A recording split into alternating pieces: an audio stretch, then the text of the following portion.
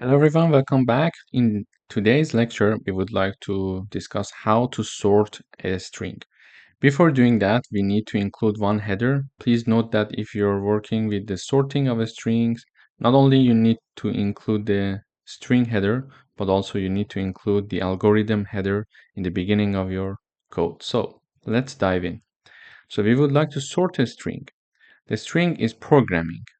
Okay, now when we want to sort it, we simply use the sort predefined function as here, and there are two arguments, one before comma, then one after comma. The before comma is the beginning part of the sorting, and after comma is the end of the sorting.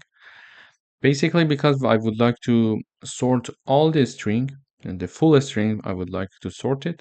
I type down the name of the string, then dot, then begin and parentheses, and after the comma, because I would like to sort the full string, I would say the name, which is str dot end and parentheses. So basically, what it's going to do, it's in ascending order, it is going to sort the string for us.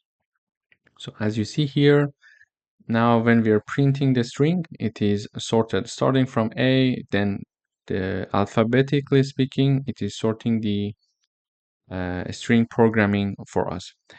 This sorting is very important, specifically when we are going to work with an array of strings that we are going to discover later on this section. And we can see some practical examples of using sorting of strings in an array of a string. Stay tuned.